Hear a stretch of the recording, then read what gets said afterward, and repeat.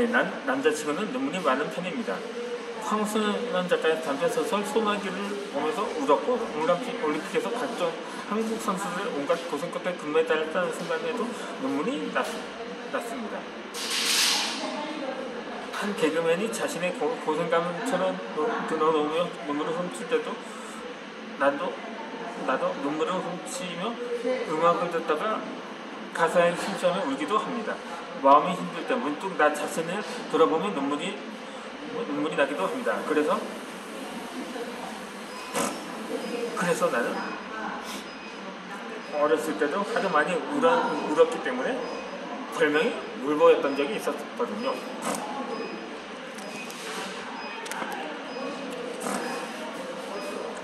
그 전에는 기도를 하면서 찬양을 하다가 교제를 나눴다가 울기도 했습니다. 이 나 같은 죄인을 구원해 주니 그분의 깊은 사랑하시면 나의 지은 죄가 너무 커서 하나님을 온전하게 바라보지 못하고 삶에 지친 수치를 보며 하염없이 울기도 했습니다.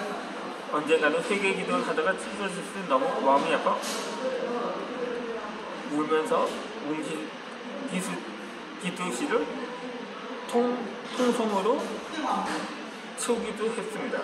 2시간여를 그렇게 기도하고 나니 눈이 부을 때도 있었고 얼굴은 눈물인지 콧물일지도 모를 정도로 범벅이 되어 있습니다. 하지만 난 부끄럽지 않았습니다. 오히려 감사했던 거죠.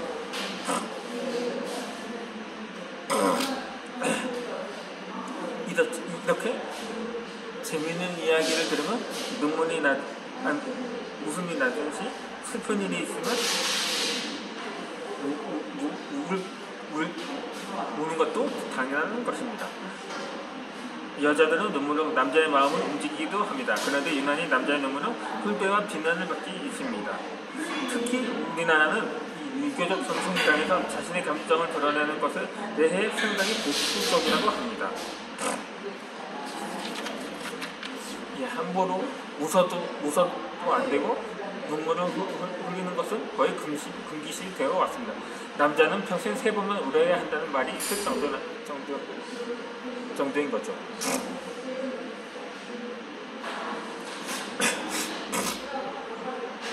네, 그래서 이제 우리나라의 남자들은 여자에 비해 잘 울지 않습니다. 비단 우리나라뿐 아니라 세계적으로 그런 것 같습니다. 이는 남자는 강해야 한다, 져서는 안 된다는 무언의 압박에서 비롯된 관습이라고 볼 수가 있습니다. 우는 것은 지는 것이라고 생각하는 것입니다. 이렇듯 남자들이 눈물에 대해 가지고 있는 편견과 관련된 것을 아래와 같이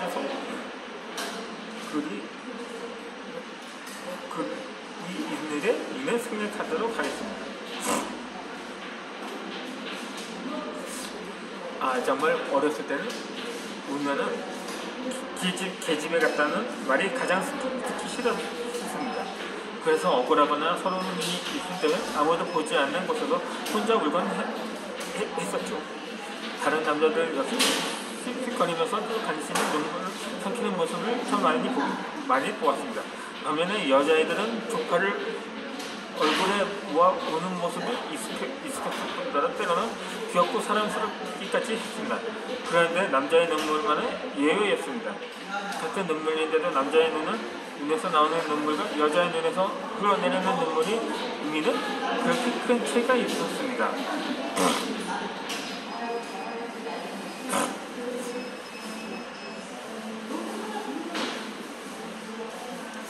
1997년도 8월에 영국의 다이애나 전 왕세자비가 교통사고로 사망한 적이 있었습니다. 당시 영국 국민들은 큰 슬픔에 빠졌고 눈물을 흘리며 그의 죽음을 예배했습니다. 그런데 시간이 있던 후 영국의 우울증 환자가 절반으로 줄어들었다는 조사의 결과가 발표되었습니다.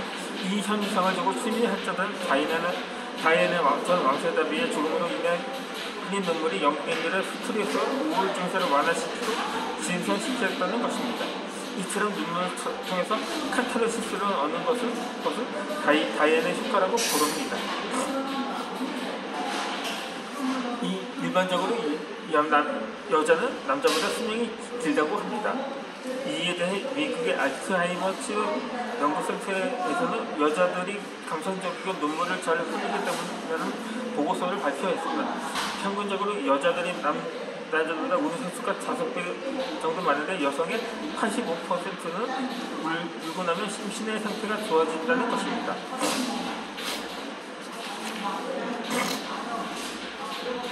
이쯤 되면 눈물이라는 것이 얼마나 우리의 삶에 도움이 되는지 더 이상 설명할 필요가 없을 것 같습니다. 이 눈물을 통해 우울증이 사라지고 스트레스가 해소되면 심신의 상태가 좋아지니 이것이야말로 만병통치약이라 할 만합니다. 건강과 더불어 행복감이 충만해지면 심지어 살균 효과가 있다고 하니 눈물은 우리에게 참 눈물 나게 고마운 것이 아닐 수가 없습니다. 이렇게 보니 눈물을 흘려서 손해 볼 건 없는 것 같습니다. 아니 오히려 가능한 많이 흘리는 것이 좋을 것입니다.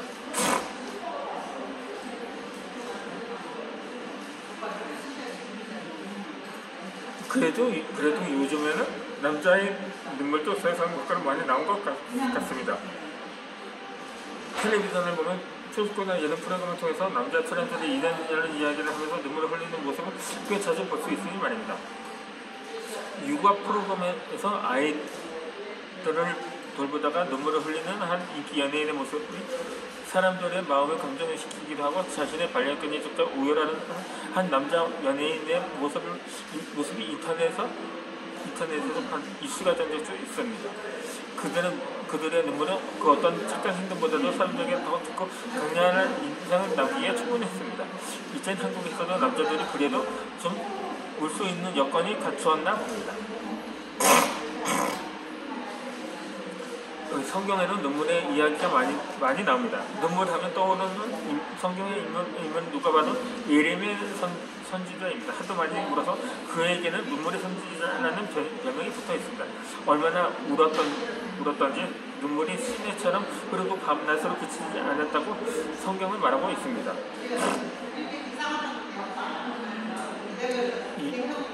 자신의 눈이 눈물에 상했다고도 했습니다.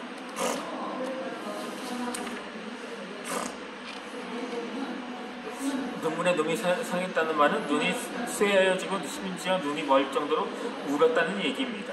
그러나 그의 눈물은 자신이 어떤 고난이나 사적인 슬픔 때문이 아니었습니다. 나라가 멸망할 것을 알고 안타까운 마음으로 기도하는 가운데 흐르는 눈물이었습니다. 백성들이 큰 고통 가운데 처할 것에 대해 가슴을 찌는 마음에서 나오는 눈물이었습니다. 이러한 눈물은 아름답고 고귀합니다. 그 누구도 예레미야의 눈물은 나약하거나 단순히 감정에 북받친 것이라 말하지 않습니다. 하나님의 아들이 예수님께서도 우셨다고 하고 그것도 눈물이 피가 될 정도로 우셨다고 나오죠. 그 외에도 사도 바울도 울었고 베드로도 통곡하며 울었다고도 나옵니다.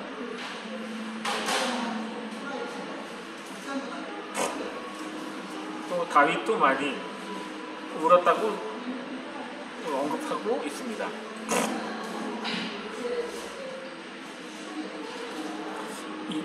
이처럼 눈물을 흘리는 것에는 생생 이상의 많은 의미가 담겨져 있습니다. 특히 그리스도인에게는 더더욱 그렇습니다. 하지만 눈물을 흘린다는 현상적인 부분에만 집중해서는 안 된다는 것입니다. 자칫 그 행위가 은혜를 받았다는 하나의 증표로 여겨질 수 있기 때문입니다.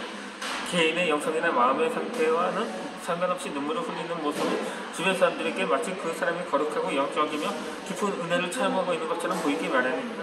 그러다 보니 그러한 주변의 이목만을 염두에 두고 억지로 눈물을 만들어 내리는 경우도 종종 있습니다. 학창 시절에 다녔던 교회에서는 겨울방학이면 교단에 속한 중고등부 연합 동계수련회에 참석했습니다. 나 역시 빠지지 않고 수련회에 참석해서 많은 은혜를 받았습니다. 그래서 다시 참석한 학생들 사이에서는 특이한 현상이 나타났었습니다. 저녁마다 열리는 집회와 통성식의 기도 시간에 눈물을 흘리지 않으면 은혜를 못 받았다고 생각하는 것이었습니다. 수련회를 통해 은혜를 받는 사람은 반드시 눈물을 흘리게 되어 있다는 것입니다. 분위기가 이렇다 보니 어떤 학생들은 고래고래 소리를 지르거나 눈을 감아가며 억지로 눈물을 빼려고 애쓰는 모습도 보였습니다. 눈물을 흘리기 위해 그런 눈물겨운 노력을 했음은 물론입니다.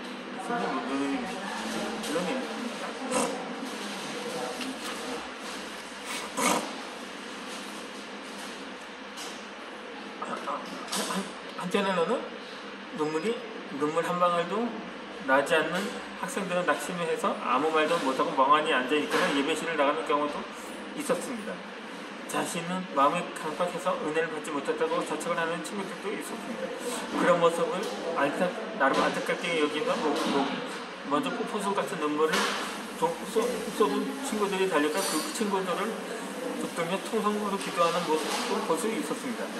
그 친구들은 주님이 이 친구가 은혜를 받아 하나님께 팡팡 울 수 있게 해주기 원합니다 라는 기도를 했습니다. 이처럼 눈물을 흘리는 것이 은혜의 상징이 된 것은 다시 설교를 하던 몇몇 목회자들과 교사들 때문이라고 볼 수 있습니다.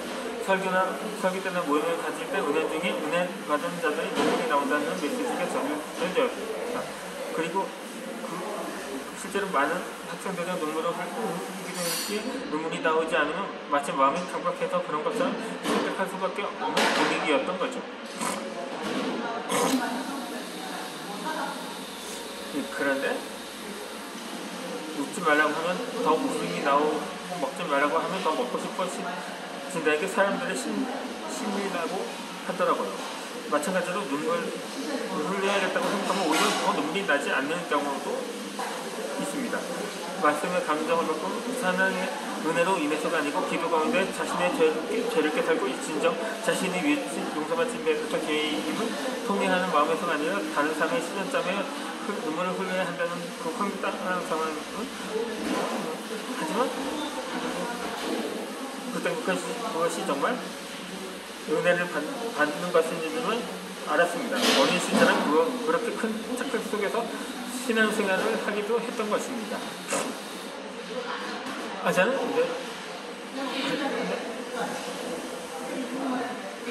물론 학생들의 신앙생활을 통해서 기도하며 애쓰신 분들은 수고하시는 공유하고자 하는 것은 아닙니다. 다만 학생들에게 조금 더 기쁘고 자유로운 신앙의 여러 모습을 보여주고 학생들을 더 포용해 주었다면 더 좋지 않았을까 하는 아쉬움은 남습니다.